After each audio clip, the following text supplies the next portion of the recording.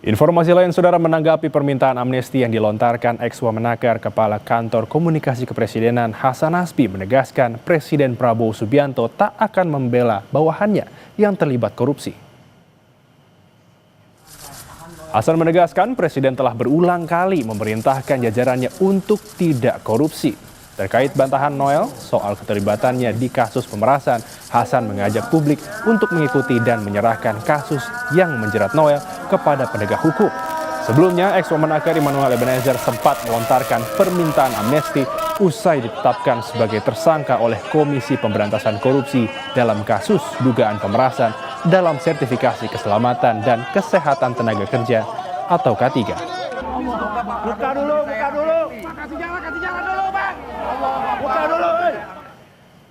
Melalui pesan singkatnya kepada Kompas TV, Kepala Komunikasi Kepresidenan Hasan Nasbi mengatakan Presiden juga pernah menyampaikan tidak akan membela bawahannya yang terlibat korupsi. Jadi kita serahkan saja sepenuhnya pada penegakan hukum.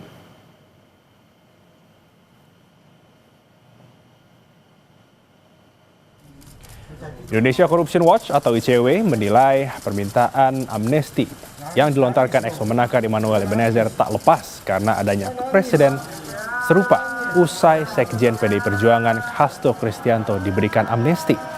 ICW berharap Presiden Prabowo Subianto tidak akan memberikan amnesti kembali karena bertentangan dengan janji Presiden memberantas korupsi tanpa pandang bulu.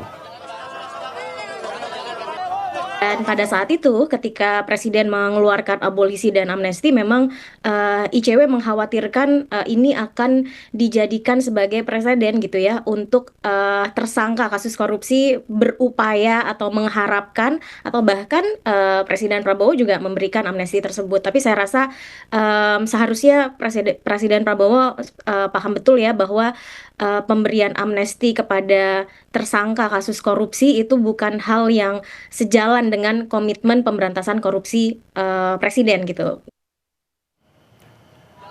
Presiden Prabowo Subianto memecat Immanuel Ebenezer dari jabatan Wakil Menteri Ketenagakerjaan. Menteri Sekretaris Negara Prasetyo Hadi bilang surat pemberhentian tersebut ditandatangani Prabowo usai Noel ditetapkan sebagai tersangka kasus pemerasan pengurusan sertifikat keselamatan dan kesehatan kerja K3 oleh KPK.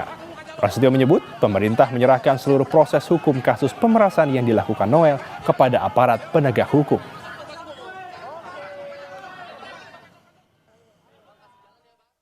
Presiden telah menandatangani keputusan Presiden tentang pemberhentian Saudara Immanuel Ebenezer dari jabatannya sebagai Wakil Menteri Tenaga Kerja.